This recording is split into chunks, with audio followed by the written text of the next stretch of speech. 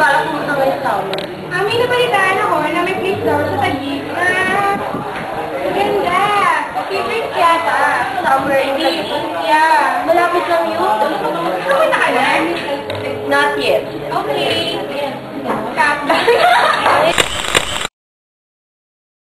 Why don't we start it? May what's the favorite dun eh? Talaga, I'm so excited. Why don't we try it next week na tayo mag-shoot? Wait, alam ko, yung company nila, yung favorite na yan, pag-aari ng company ni... Gusto kong malaman kung paano nag-organize ng manager. Bakit ganun katagal? Bakit ganun katagal? Nakabalita ako, maraming mga turista pumupunta doon. May sabihin tayo, yan ang masakit talaga natin. Yeah. That's my next plan.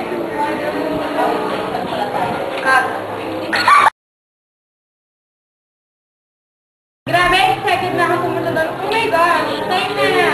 End our show. We have to say goodbye. Yeah.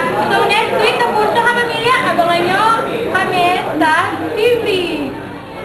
Grabe, ano mo yun? Wow! I'm so amazed! Hindi na yan talaga. Ang daming tao, ha? May ilang question lang ako.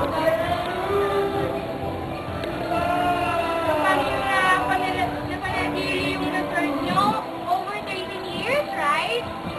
Napanatili! Thank you, Mom, for allowing me to interview you and...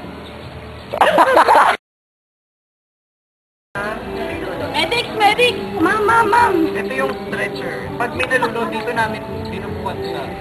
Tapos, may medic tayo para mag-pump sa kanya tsaka mag-mouth to mouth.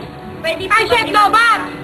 I-demo niya Ito kapag po yung paano. medic. Oy, Una, tinatawag na pumping. God! Medics! bigay ka nga ng sample ng pumping. Pagpatungan ng dalawang makikita. Medics! Patuma. Show some samples of pumping.